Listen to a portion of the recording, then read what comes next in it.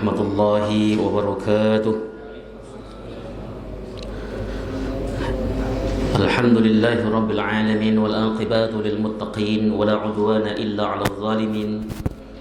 أشهد أن لا إله إلا الله الوحيد الحليم وأشهد أن محمدا عبده ورسوله الكريم. اللهم فصل وسلم وبارك على هذا النبي الكريم نبينا محمد صلى الله عليه وسلم وعلى آله وصحبه ومن تبعه إلى يوم الدين. أما بعد فيا عباد الله اتقوا الله لأن الله تعالى يقول في كتابه العزيز وهو أصدق القائلين يا أيها الذين آمنوا اتقوا الله حق تقاته ولا تموتن إلا وأنتم مسلمون. فإن أحسن الحديث كتاب الله وخير الهدي هدي محمد وشر الأمور محدثاتها وكل محدثات بدعة وكل بدعة ضلالة. Alhamdulillah, segala puji bagi Allah Subhanahu wa taala, Tuhan semesta alam yang telah memberikan kita nikmatul iman wal Islam wa sihatil badan sehingga kita bisa melaksanakan ibadah salat maghrib berjamaah disambung dengan halaqah sejenak dalam rangka membahas agamanya Allah Subhanahu wa taala. Salawat salam mudah-mudahan terus tercurah ke pangkuan Rasulullah Muhammad sallallahu alaihi wasallam beserta seluruh keluarga beliau, sahabat, kerabat dan kita semuanya umat beliau, umat dakwah ijabah yang senantiasa istiqamah konsisten dalam menjalankan dan mengerjakan sunnah-sunnahnya hingga akhir masa nanti. Kita akan melanjutkan kajian kita kitab Taisirul Alam Syarah Umdatil Ahkam, masih di sholat jenazah ya. Kita kemarin telah membahas tentang di hadis nomor 153 tapi belum selesai di kitab ini. Kita selesaikan sejenak. Jadi hadis nomor 53 itu diterangkan Nabi sallallahu alaihi wasallam itu beliau mensolati atas jenazah Raja Najasi, Raja Ethiopia, Raja Kristen. Dia Kristen secara zahir, tetapi ketika wafat Rasulullah mengajak kepada seluruh sahabatnya untuk melakukan sholat gaib. Ini tanda bahwa Raja Najasi itu adalah termasuk dalam kategori kafir indanas wa mu'min indallah. Artinya secara manusia, menurut hukum zahir manusia, dia dihukumi kafir. Tetapi di hadapan Allah Subhanahu wa taala dia termasuk orang yang mukmin. Pada saat sahabat Nabi hijrah pertama yang dipimpin oleh Utsman bin Affan, itu Raja Najasi menerima rombongan dengan baik. Pada saat hijrah kedua, gelombang kedua dipimpin oleh Ja'far bin Abi Thalib, itu Raja Najasi bahkan terkesan dengan bacaan Quran yang dilantunkan oleh Ja'far bin Abi Thalib, dan dia meyakini bahwa apa yang disampaikan oleh Rasulullah Muhammad sallallahu alaihi wasallam adalah wahyu dari Allah sebagaimana disampaikan oleh nabi-nabi terdahulu.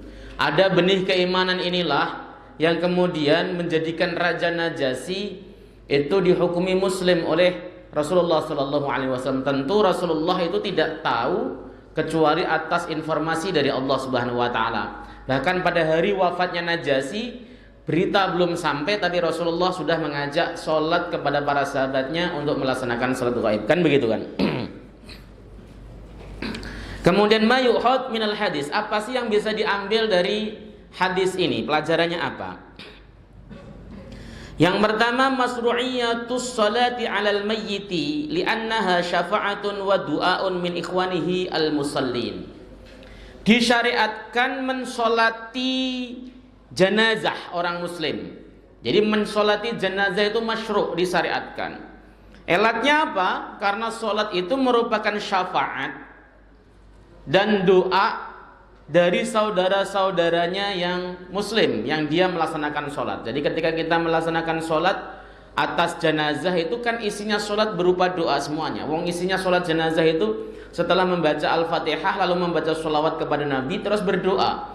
Dua takbir itu diisi doa. Kalau di dalam mazhab Syafi'i itu kan takbir ketiga diisi doa Allahumma ighfir lahu warhamhu wa'afi wa'fu anhu ila akhirih. Kemudian takbir keempat diisi dengan Allahumma la tahrimna ajrahu wa la taftinna ba'dahu waghfir lana wa lahu. Itu kalau versi Syafi'iyah. Kalau versi Ahmad bin Hanbal, doa pada satu sisi takbir ketiga, takbir empat itu tidak perlu doa lagi karena doanya sudah dihabiskan di takbir ketiga. Tapi tidak masalah. Intinya sholat jenazah itu mendoakan jenazah tersebut supaya diampuni dosanya oleh Allah Subhanahu wa taala.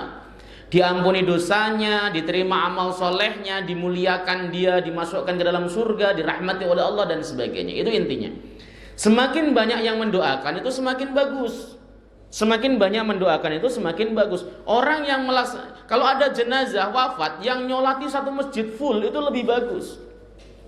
Yang pertama, itu menunjukkan orang tersebut orang baik sehingga banyak yang merasa kehilangan, sehingga mereka melakukan penghormatan terakhir dengan mendoakan jenazah tersebut. Ya. Terus yang kedua, yaitu manfaatnya kepada si mayit tadi. Si mayit itu mendapatkan syafaat dari doa kaum muslimin. Ya, tapi zaman sekarang itu justru kalau semakin banyak yang mensolati semakin bikin deg-degan keluarganya, karena kalau satu orang diamplopin 10.000, kalau kali 100 repot itu. Makanya model-model kayak gitu tuh nggak usah ada, nggak usah kemudian model-model gitu. Jadi itu kebiasaan buruk menurut saya yang menjadikan orang itu pilih-pilih. Kalau mau nyolati ini kira-kira kaya apa enggak? Kalau kaya saya datang nyolatin, kalau enggak ya enggak. Kemudian datang udah pakai baju yang ada kantongnya, nggak perlu kayak gitu. Itu nggak masuk. Kalau mau sedekah pakai jalur lain saja. Nggak usah kemudian yang seperti itu. Kenapa? Bukan kok melarang sedekah untuk mayit. Sedekah untuk mayit itu jelas sampai. Nabi sudah menyampaikan dalam hadis Sahih Bukhari. Persoalannya adalah menjadikan sesuatu hal yang tidak wajib menjadi beban bagi orang-orang yang tidak mampu. Itu yang jadi persoalan. Makanya banyak sekali orang-orang yang tidak mampu akhirnya melaksanakan sholatnya itu diem-diem di rumah, cuman sekeluarga saja. Sementara orang yang mampu, kaya, nggak pernah ke masjid sama sekali, ketika mati yang nyolati itu sampai bersop-sop berganti-ganti lagi. Kenapa ya? Karena amplopnya besar. Itu nggak usah terjadi kayak gitu tuh.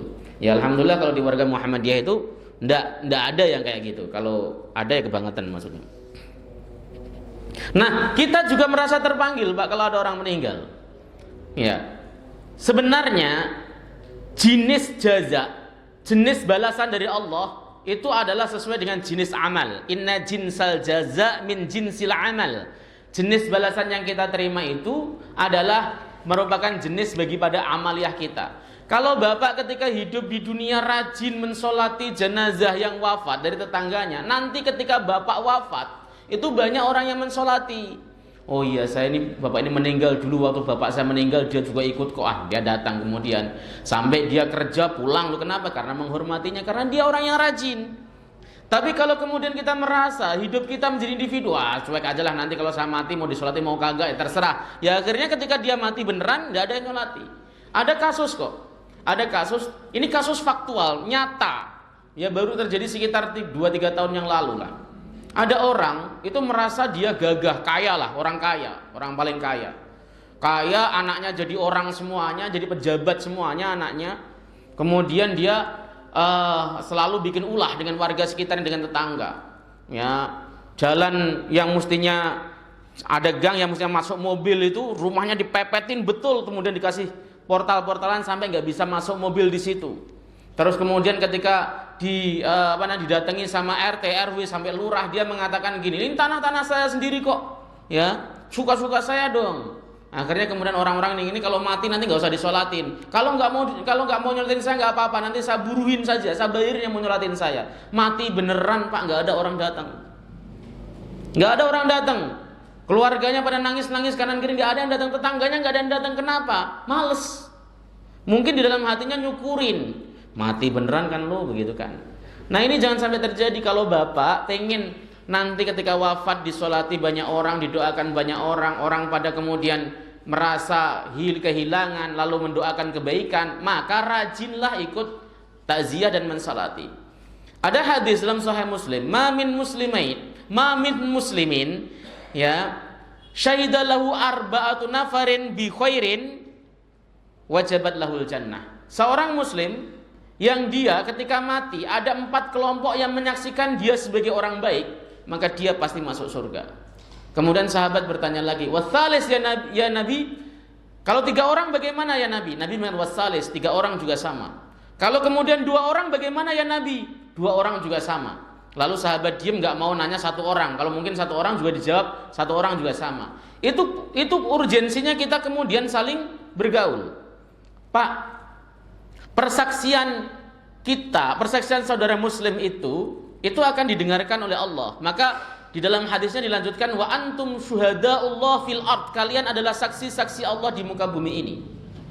Ya, ketika saudara kita, misalnya bapak ini rajin taklim atau rajin sholat jamaah, tiba-tiba wafat, saudara bapak yang asalnya biasa di sebelah bapak itu akan merasa kehilangan. Masya Allah, ini orang yang rajin sholat jamaah bersama saya ternyata sudah menghadap Allah, orang soleh, dia orang soleh, orang baik misalnya gitu kan. Itu satu. Nanti ada lagi temannya, Masya Allah dia sering traktir saya somai lagi, dua. Akhirnya kemudian ada 4 orang, maka dia wajib masuk surga. Bukan kok dipaksa, seperti dipaksa gini, Bapak-bapak sekalian, saya bersaksi bahwa dia itu adalah orang baik. Bagaimana Bapak sekalian? Baik, padahal dia kenal aja enggak, gitu kan namanya dipaksa.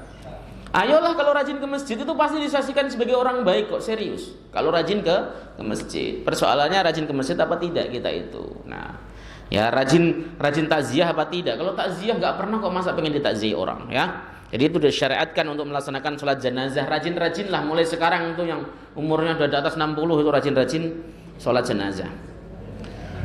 Masyru'iyatus sholati alal ghaib, disyariatkannya melaksanakan sholat ghaib. Ya, kemarin kita telah bahas khilafnya, para ulama berbeda pendapat tentang sholat ghaib.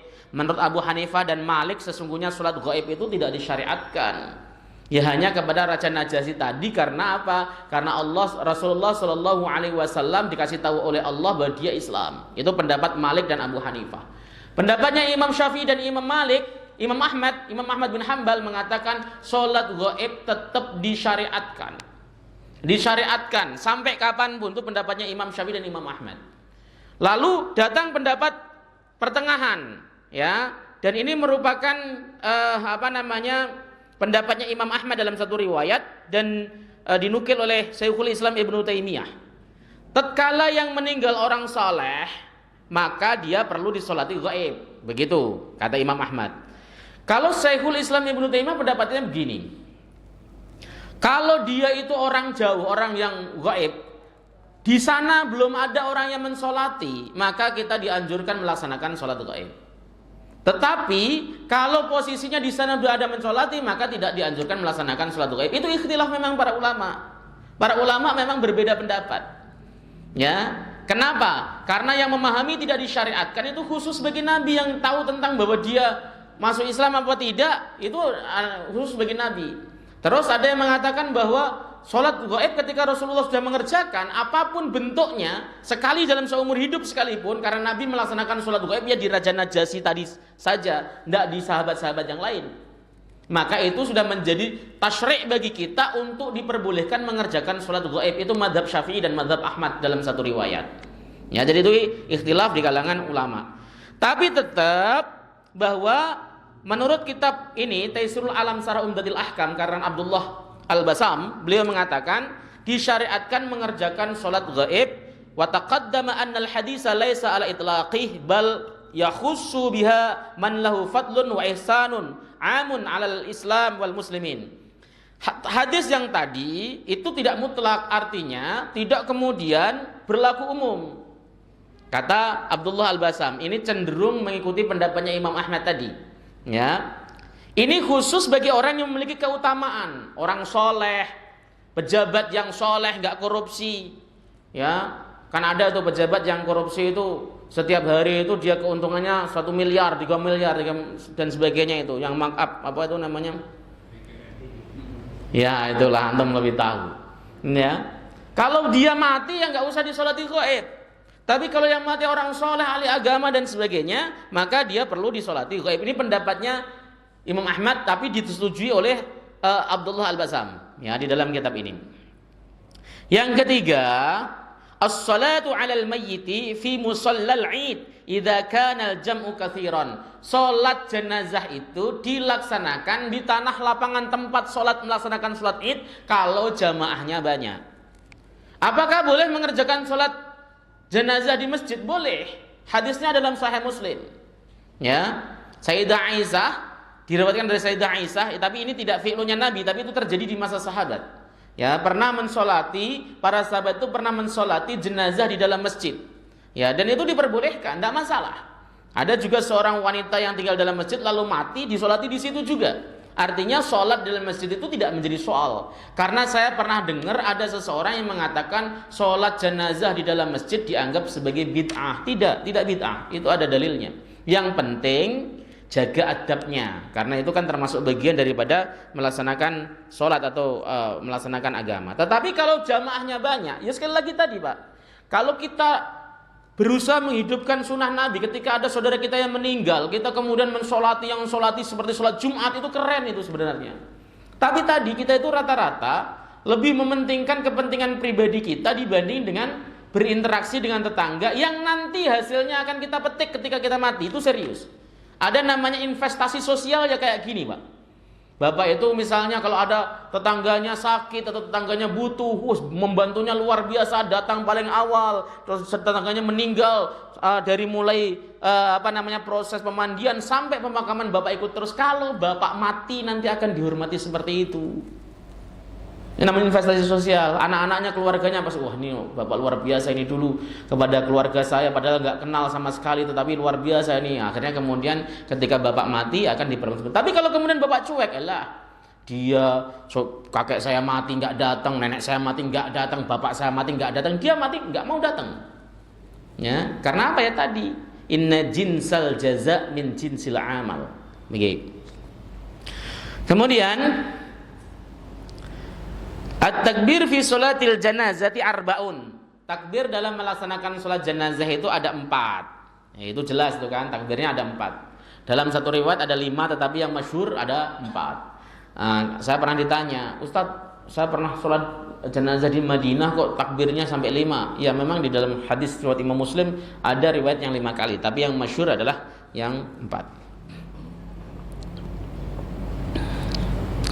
Fadilatu, nomor selanjutnya, fadilatu kasratil musallin wa kaunuhum thalathata sufufin. Keutamaan banyaknya orang yang melakukan sholat jenazah itu utama, dan safnya itu adalah tiga saf. Nah ini dikatakan fakuntu fi safi sani, itu tadi bahwa Jabir meriwayatkan aku berada di saf kedua awis salis atau saf ketiga. Itu diambil dalil oleh para ulama, berarti mengerjakan sholat jenazah itu bagusnya 3 saf. Ya, kalau jumlahnya 3, nah itu repot 3 masa kereta-keretaan 1, 2, 3 belakangnya kan. Makanya yang banyak mengerjakan sholat jenazah, ya biar penuh masjidnya atau tempatnya biar penuh, diatur sampai 3 saf. Kalau ada 40 orang atur 3 saf. Seperti itu banyak.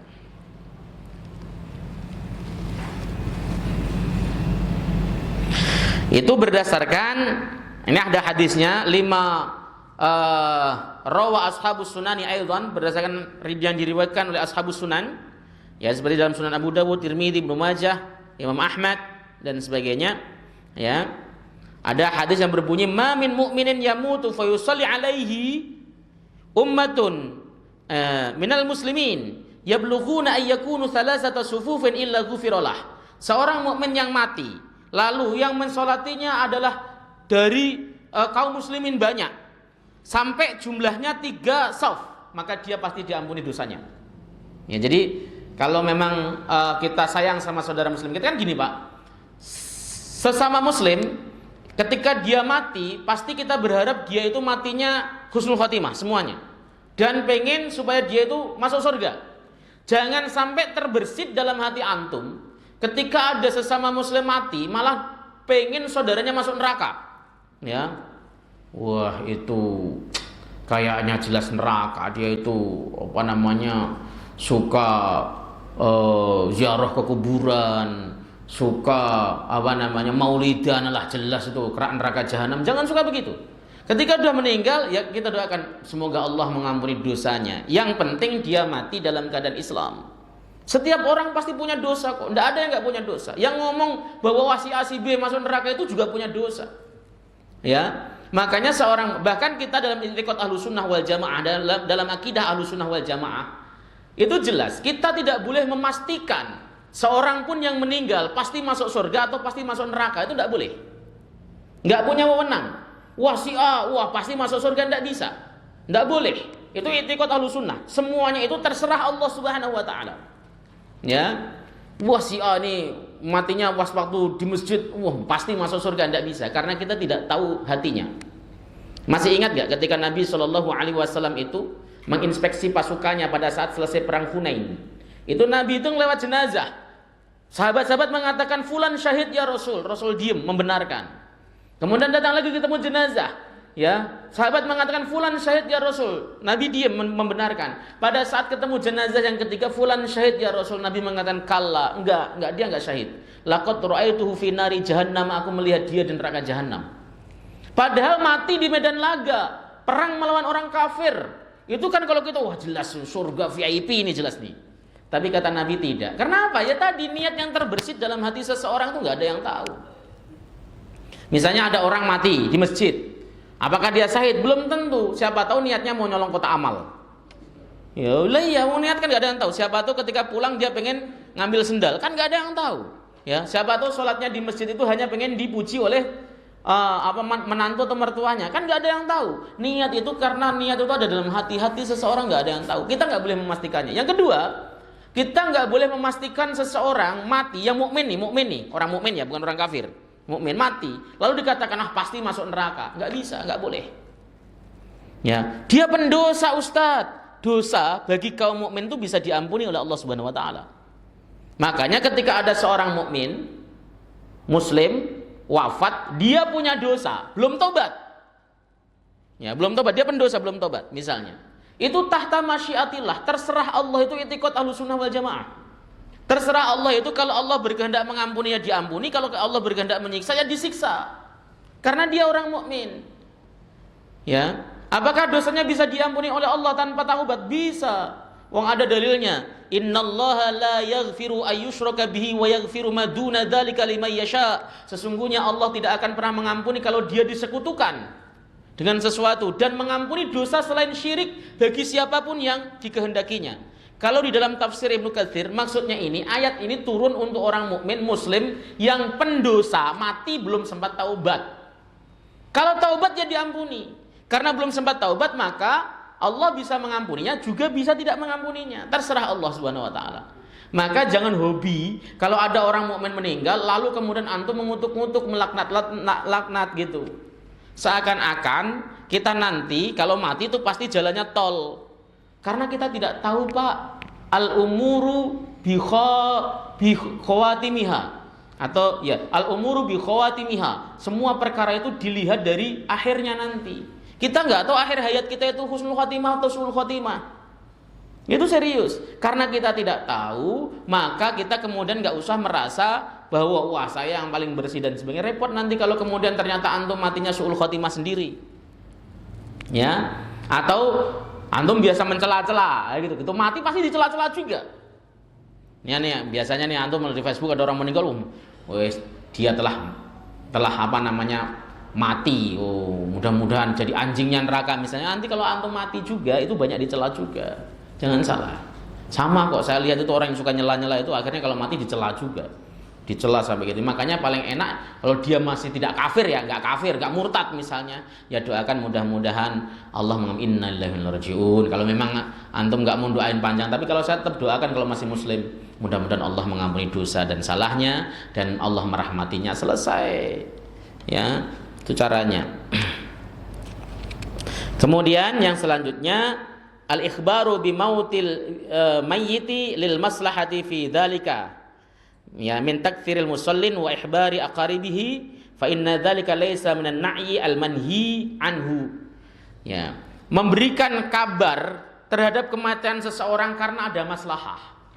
Memberikan pengumuman meninggal dunia lewat flyer, lewat pengumuman di speaker, karena ada maslahah. Ini ingat, karena ada maslahah, ada kebaikan. Maslahatnya apa? Contoh di sini dikatakan supaya yang nyolati banyak. Kemudian apalagi misalnya memberikan informasi kepada kerabatnya yang jauh-jauh dan sebagainya supaya dia datang ke situ, itu tidak termasuk dalam kategori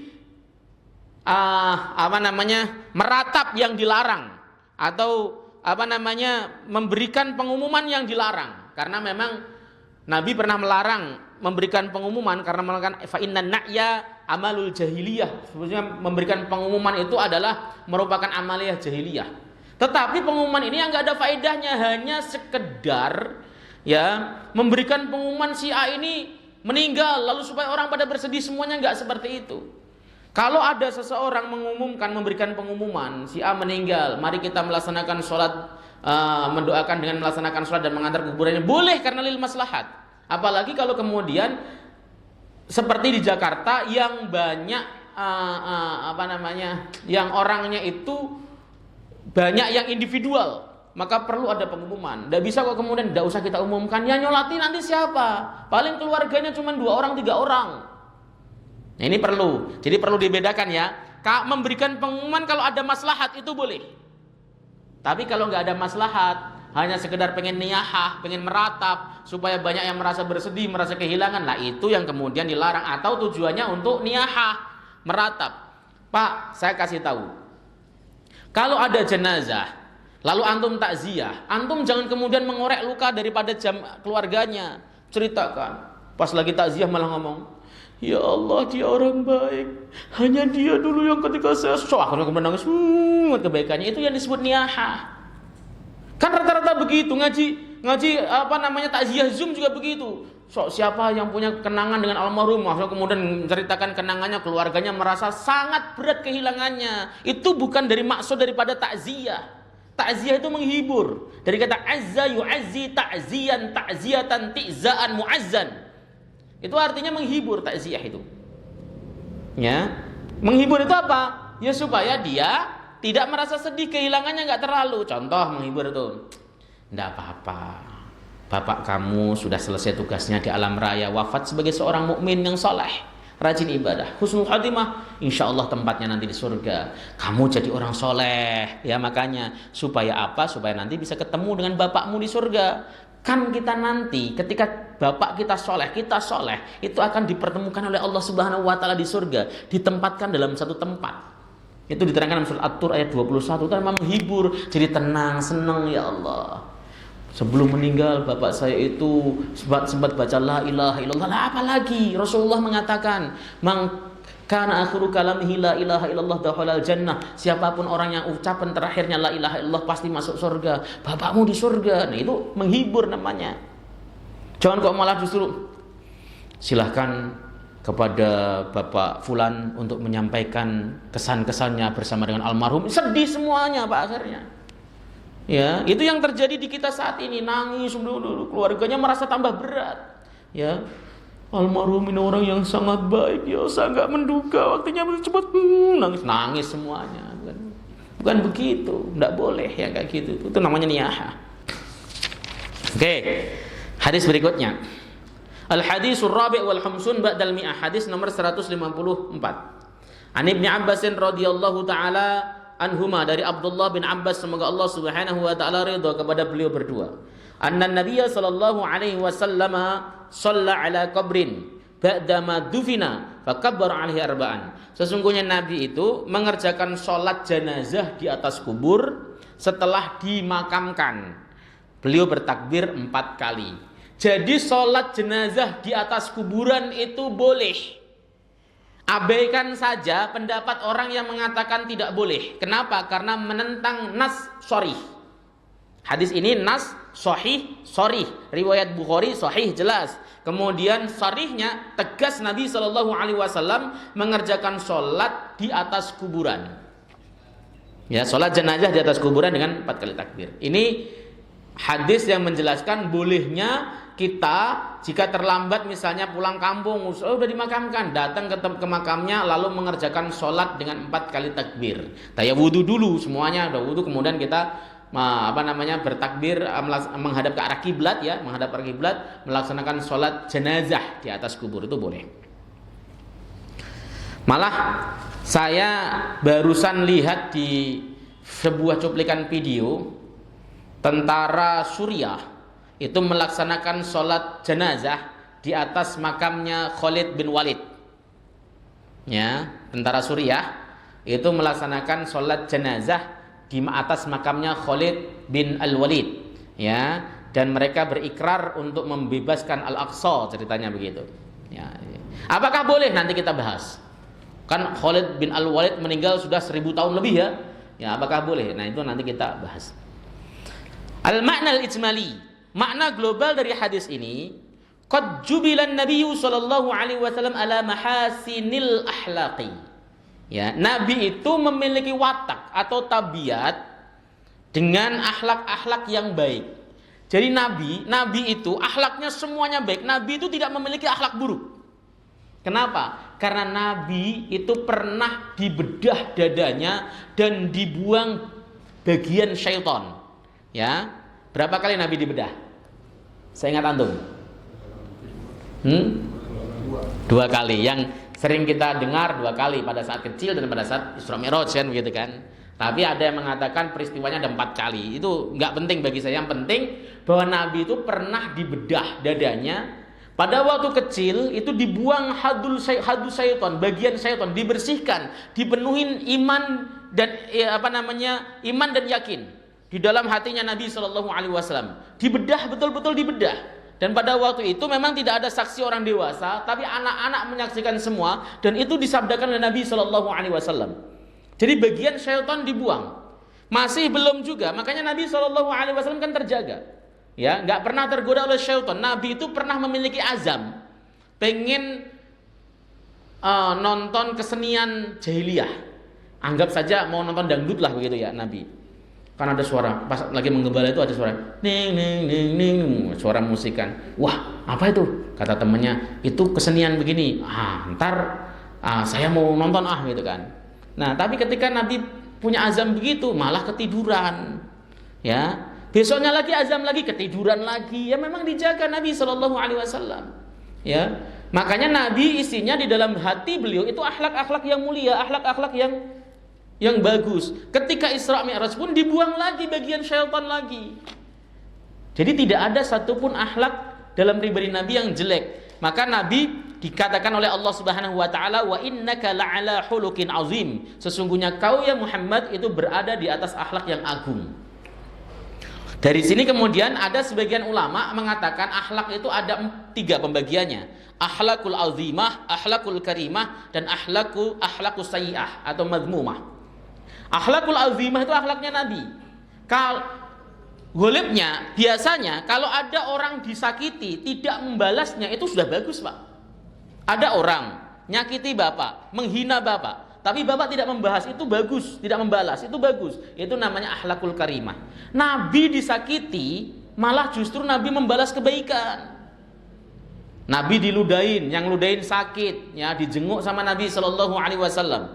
Ya, itu kenapa? Karena akhlak Nabi yang azim, akhlak Nabi yang luar biasa. Nabi Shallallahu Alaihi Wasallam itu tidak pernah marah kalau yang bersangkutan, kalau yang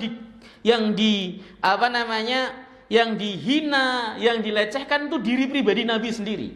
Tidak pernah. Itu diterangkan di dalam kitab Sirah Nabawiyah itu begitu. Ya, Nabi tidak pernah marah kalau yang dihina adalah Nabi Shallallahu Alaihi Wasallam sendiri. Beliau itu marah kalau yang dihina itu syariat Allah. Ya, Nabi itu pernah lehernya dicekik begitu, dicekik sampai, nggak bisa, sampai merah. Ketika pada waktu itu ditodong pedang, siapa menyelamatkan dirimu? Kata orang nodong pedang itu. Kata Nabi, Allah Subhanahu Wa Taala. Begitu Nabi menyebut Allah, pedangnya terjatuh, dia tergetar. Pedang diambil. Nah, siapa yang nyelamatin kamu? Kalau kamu nggak nyelamatin aku nggak bisa selamat Muhammad gitu kan. Akhirnya kemudian Nabi memaafkan. Kenapa? Karena kaitannya dengan pribadi beliau. Ini ada di dalam kitab Hasyiah Abi Jamrah lil Bukhari itu kalau nggak salah itu. Ya. Nabi Shallallahu Alaihi Wasallam juga beliau itu kalau ada syariat hukum Allah dihina, dilecehkan, ditawar, maka Nabi marah. Pernah dengar gak? Ada seorang perempuan dari Bani Mahzumiyah itu mencuri. Ya, perempuan dari Bani Mahzumiyah. Bani Mahzumiyah itu salah satu suku Quraisy, Pak. Artinya masih saudaraan dengan Nabi. Mencuri. Nabi keputusannya jelas, potong tangannya. Ini perempuan, anak kepala suku dari Bani Mahzumiyah, keputusannya bulat, Nabi potong tangannya. Nabi pulang ke rumah. Sahabat-sahabat besar, sahabat utama rapat. Ini kalau dipotong tangannya, pasti suku Mahzumiyah akan nuntut balas. Ya, nggak terima. Akibatnya apa? Kita itu sedang membutuhkan dukungan orang-orang Quraisy, keluarganya Nabi. Kalau Bani Mahzumiyah menarik diri, nggak mendukung, kita lemah. Sebenarnya alasannya logis. Ya, untuk strategi dakwah Islam nggak cocok ini hukum keras-keras begini. Ya, akhirnya mereka sepakat kita tidak menentang Nabi. Kita terima hukum Nabi dengan lapang dada. Karena kan memang harus. Kalau ada hukum Nabi kok ditolak, ya bisa kafir. Dia terima. Tapi minta dispensasi saja hukumannya kepada Nabi. Hukumannya kita terima, tapi minta dispensasi, jangan potong tangan lah gitu kan. Terus siapa yang maju? Yang diutus itu tidak tanggung-tanggung, Usamah bin Zaid, cucu Nabi, cucu angkat Nabi, anaknya Zaid bin Harisah. Ya, diutus. Kenapa? Karena Nabi cinta kepada Usamah bin Zaid sebagaimana cintanya kepada Al Hasan dan Al Husain. Datang Usamah. Ya, Nabi ketika melihat Usamah itu senang luar biasa, berseri-seri dipeluk cucunya. Tapi ketika Usamah ngomong kedatangannya pengen minta dispensasi hukuman dari perempuan Bani Mahzumiyah, muka Nabi itu merah padam, berubah merah marah. Beliau berkata, "Qad ahlakallahu alladhina qablakum, alladhina idza syaraqa syarifu tarakuh, wa idza syaraqa dha'ifu aqamu alaihi al-hadda." Demi Allah, Allah telah membinasakan orang-orang sebelum kalian, yaitu ketika yang mencuri orang-orang utama, orang-orang mulia, orang-orang besar, tarokuh, kalian tinggalkan, kalian gak hukum, kalian bebaskan. Tapi ketika yang mencuri orang-orang kecil, orang-orang lemah, aqamu alil hadda, kalian tegakkan hukuman. Walladzi nafsi biyadih, itu Nabi mengucapnya sambil bergetar itu. Demi zat yang jiwaku berada dalam genggamannya, lau anna Fatimata binta Muhammadin syaraqat laqata'tu yadaha. Seandainya Fatimah putri Muhammad mencuri, pasti akan kupotong tangannya. Ya, kenapa kok Nabi marah? Karena syariat yang dihina, syariat yang kemudian minta dispensasi dan sebagainya. Ya, Nabi tidak suka. Ini hukum Allah. Ya, jangan kemudian ketika hukum Allah ditegakkan lalu nanti akibatnya begini-begini. Yang bikin hukum itu Allah. Ketika Allah menerapkan hukum pasti ada maslahatnya.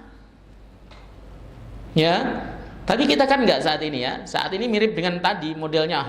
Kita kan butuh begini, kita perlu luas, perlu begini, perlu begitu, sehingga syariat itu ya diabaikan. Maka yang demikian membuat Nabi Shallallahu Alaihi Wasallam.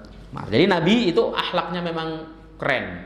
Maka di sini dikatakan qad jubilan Nabi Shallallahu Alaihi Wasallam ala mahasinil akhlak. Jadi Nabi memang diberikan oleh Allah Subhanahu Wa Taala watak yang baik, sifat yang baik. Wa min dzalika mattasafa bihi minar rahmati war ra'fah. Sebagian dari itu adalah sifat penyayang dan lembutnya Rasulullah Muhammad sallallahu alaihi wasallam. Fama yafqidu ahadan min ashabi hatta yas'ala anhu. Dan tidak ada satupun sahabat Nabi yang fakid, yang tidak ada satupun dari sahabat Nabi yang tidak terlihat. Kecuali beliau pasti menanyakannya. Pasti beliau menanyakannya. Kalau Nabi sholat, makanya ketika Nabi sholat, selesai salam, beliau itu melihat kepada jamaahnya. Assalamualaikum warahmatullah. Assalamualaikum warahmatullah. Beliau melihat ke jamaahnya, bukan hanya sekedar zikir, tapi diabsen satu-satu dalam benak beliau.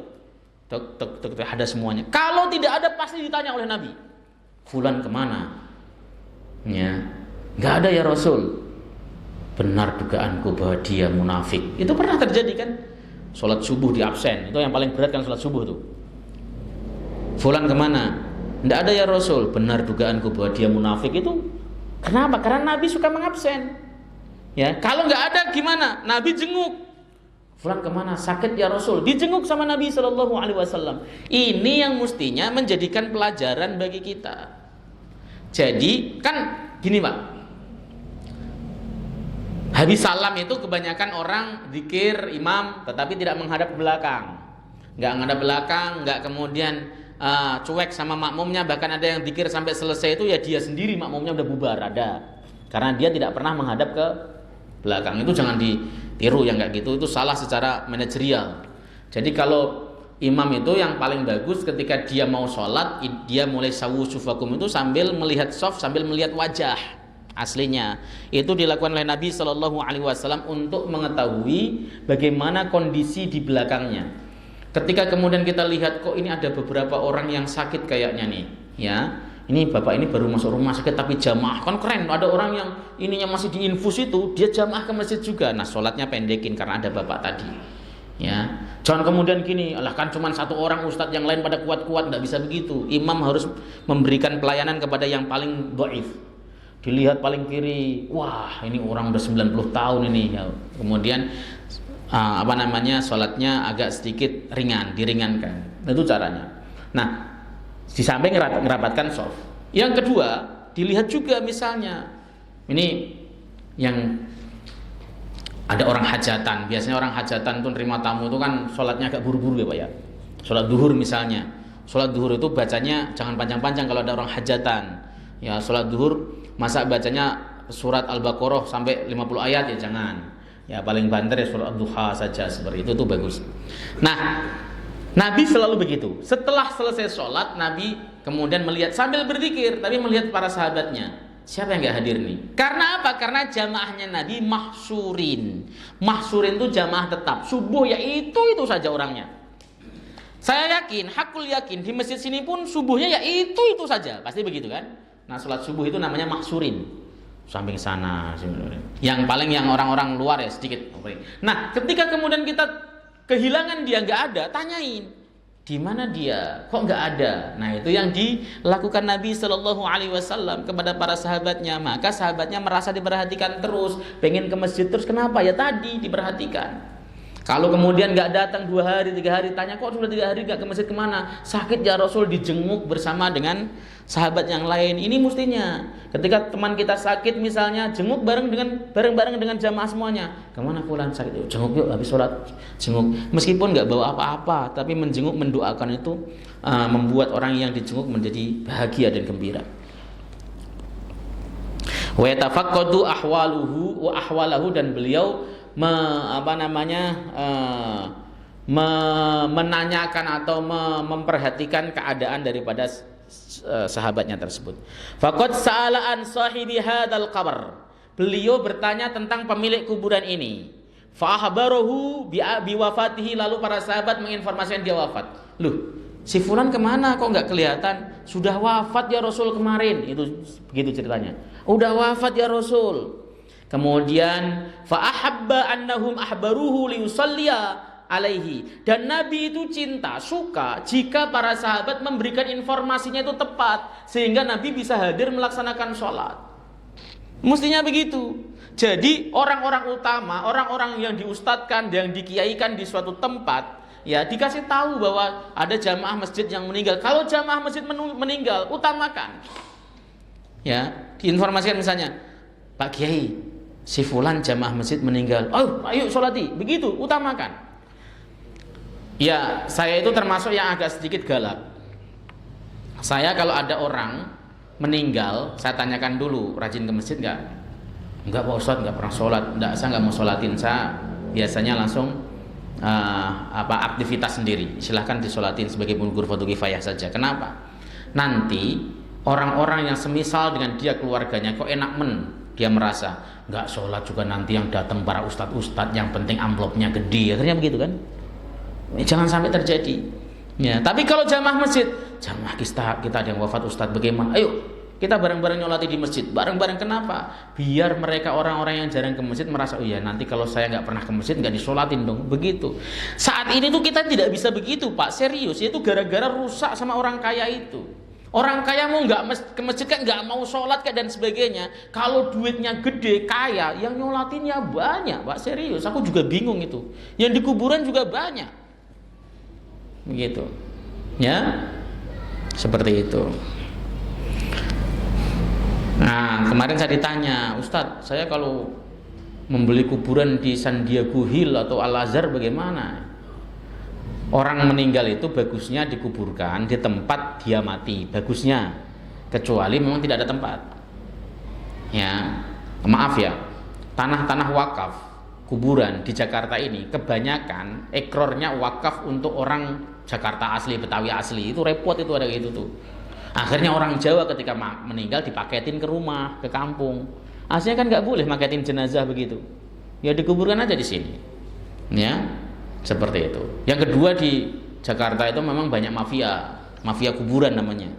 Kalau kita datang ucul-ucul gitu aja menanyain makam nggak bakal dikasih. Nah, kalau bayar 2 juta, 3 juta, 5 juta pasti ada tempat pokoknya. Ya, itu yang repot. Nah, daripada nyuap haram, maka kemudian dipindahkan saja ke Jawa misalnya atau kemana dan sebagainya. Seperti itu karena ada madorot yang lebih besar. Makanya seperti itu. Kalau saya sih, misalnya nanti kalau mati ya mau dimakamkan di mana terserah lah, itu urusan yang hidup gitu kan. Nggak usah pesen ini, pesen itu, pesen itu. Nah, Pak, kalau saya kasih tahu, kalau dimakamkan di tempat-tempat jauh yang tidak ada orang lalu lalang, jarang orang ziarah, Bapak jarang kena doa orang. Tapi kalau dimakamkan di sini, yang dekat terowongan itu apa tuh namanya yang sering saya lewatin kalau ke sini? Lenteng Bulu begitu. Itu kan saya aja ketika lewat itu pasti Assalamualaikum ya ahla diyar. Fa ini insyaallah bikumul lahiqun. Allahumma ighfiril muslimin muslimat wal mu'minin wal mu'minat. Tak doain begitu. Ya enggak pasti, kecuali saya lagi bengong ngelamun gitu kan. Kalau iya namanya juga orang capek itu Pak, kalau naik motor itu sudah feeling aja ngelamun begitu kan, bengong. Sering bengongnya malah. Tapi mungkin 80% saya lewat begitu saya pasti doakan. Ya assalamualaikum. Itu kan ada kuburan Kristennya kan. Ada kuburan Kristen udah lewat. Assalamualaikum ya ahla diyar fa ini insyaallah bikumul lahiqun. Kemudian Allahumma ighfir. Allahumma ighfirnya itu doa orang mukmin itu sampai Pak. Nah itu. Nah kalau Bapak di sono ya memang enak sih tanahnya katanya semribit. Emang orang kuburan bisa ngerasain angin sejuk? Nggak bisa. Nggak bisa. Yang bikin sejuk orang mati itu adalah doa dari orang-orang mukmin. Amaliyahnya yang bikin sejuk ketika di dunia itu. Ya, meskipun ente dimakamkan di puncak gunung yang paling sejuk, paling indah, bahkan di situ pemandangannya, view-nya bagus, nggak bisa menikmati kalau kafir. Ya. Gimana bisa menikmati wong dia sibuk untuk merasakan siksa Allah Subhanahu wa taala. Jadi enggak perlu kayak gitu-gitulah. Saya kemarin ditawarin, ada yang datang itu, Ustaz ini lihat ini tempatnya begini, nanti kita gini dan sebagainya. Alah, mati kok pakai ngurusin begini. Mana biayanya mahal 100 juta loh. Ya. Yang mending dibuat pesantren, dibuat masjid malah keren itu. Ya, jadi begitu ya. Nabi suka kalau ada yang meninggal itu dikasih tahu supaya beliau bisa mensolati. Kita juga sama. Kalau dikasih tahu ada meninggal, usahakan Pak minimal ikut nyolatin. Dapat pahala 1 kirot. Ya jangan hanya sekedar basa-basi datang ngasih uang sholawat langsung kemudian pulang. Datang nunggu ngikut sholat. Itu minimal. Ya. Makanya kalau pas mau disolati ngomong begitu kan. Saya waktu mertuanya Pak Fatahan meninggal itu, padahal posisi saya ngaji sore di sini loh. Simpangan malah saya dengan mobil ambulannya. Saya bilang, lah kok saya nggak dikasih tahu? Kalau dikasih tahu kan minimal datangnya bisa lebih awal, bisa ikut nyolatin. Ya. Baik. Fa inna sholatahu sakanun lil mayyiti, karena sesungguhnya sholatnya Nabi itu bisa menenangkan si mayit. Ya namanya sholatnya Nabi pasti diterima. Sholatnya antum kan belum tentu diterima. Ya, sholatnya Nabi pasti diterima oleh Allah Subhanahu wa taala. Maka beliau ketika ada jenazah pengen bisa nyolati karena sholatnya beliau itu bisa menenangkan si mayit. Wa nurun yuzilu dzulumah allati huwa fiha, dan jadi cahaya yang akan menghilangkan kegelapan yang ada di alam kubur. Ketika seseorang mati, itu kan dalam keadaan kubur. Tapi ini juga itu kok Pak. Ahwal di kuburan itu ya tergantung amal solehnya. Kalau antum amalnya soleh, rajin baca Quran, rajin sedekah, rajin ke masjid, rajin ini dan itu dan sebagainya, mati, begitu ditutup, ya sudah, berasa bahwa kuburan itu tidak sempit, luas. Tapi kalau antum amalannya jelek, ya berpaling dari peringatan Allah, melanggar larangan Allah, ya dia akan menjadi sempit. Kan ada dalam Quran tuh. Faman a'rada an dzikri fa inna lahu ma'isyatan dhanka wa nahsuruhu yaumal qiyamati a'ma. Qala rabbi lima hasyartani a'ma wa qad kuntu basira. Qala kadzalika atatka ayatuna fanasitaha wa kadzalikal yauma tunsa. Faman a'rada an dzikri, siapapun orangnya yang berpaling dari peringatanku, ay Al-Qur'anul Karim, ada berpaling dari Al-Qur'anul Karim, fa inna lahu ma'isyatan dongka, maka dia akan mendapatkan kehidupan yang sempit. Di dalam tafsir Karimir Rahman min Kalamil Mannan karangan Syekh Abdurrahman As-Sa'di. Antum kalau tahu Syekh Abdurrahman As-Sa'di, beliau adalah guru dari Syekh Muhammad bin Shalih Al-Utsaimin. Beliau itu berkata begini, ayat ini menunjukkan bahwa adanya azab kubur. Ma'isyatan dongka itu artinya kehidupan yang sempit, itu kehidupan di kubur. Kalau diartikan kehidupan di dunia, banyak kok orang yang maksiat, banyak yang orang yang nentang Quran, hidupnya malah bergelimang harta banyak. Makanya banyak yang protes, Ustaz saya sholat mulu miskin terus, itu saudara saya nggak pernah sholat kaya, kan begitu kan? Ya karena urusannya dunia. Makanya ma'isyatan dongka, kehidupan sempit ini di alam kubur. Diterangkan dalam tafsir tersebut, kalau dia mati, begitu masuk kuburan, langsung dihimpit oleh bumi. Berdasarkan hadis ya, dihimpit oleh bumi sampai ruas-ruasnya tersebut menyatu, lalu kemudian pulih lagi, dihimpit lagi sampai hari kiamat. Itu yang disebut dengan ma'isyatan dongka. Dan ayat ini kata Syekh Abdurrahman As-Sa'di merupakan salah satu ayat tentang adanya azab kubur. Nah itu bagi orang-orang yang toleh. Ya, makanya kita harus jadi orang saleh. Fasalla ala qabrihi kama yusalli alal mayyiti al-hadir. Nabi melaksanakan sholat di atas kuburan sebagaimana beliau melaksanakan sholat atas mayit yang hadir. Jadi pelaksanaannya mirip jika ada jenazahnya benar. Ada jenazahnya kita melaksanakan sholat 4 takbir sebagaimana yang berlaku tersebut. Oke, saya rasa begitu, mudah-mudahan manfaat. Ada muskil kalau ditanyakan. Silahkan Pak.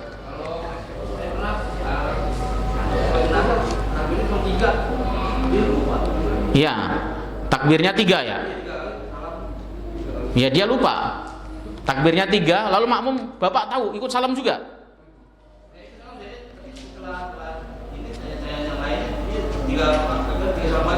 Iya.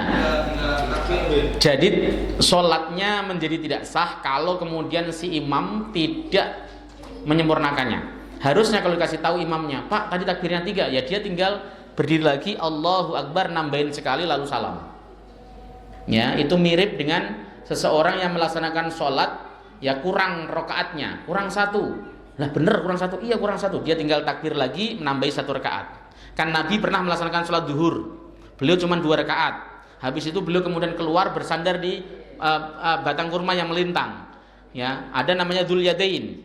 Rasul, engkau lupa atau engkau kosor sholatnya? Aku tidak lupa dan aku juga nggak mengkosor, tapi sholatmu 2 rakaat ya Rasul. Kemudian Nabi konfirmasi kepada sahabat lain, benar yang dikatakan Dzul Yadain, benar ya Rasul. Rasul kemudian takbir lagi 2 rakaat lalu salam, lalu melaksanakan sujud sahwi, gitu ya.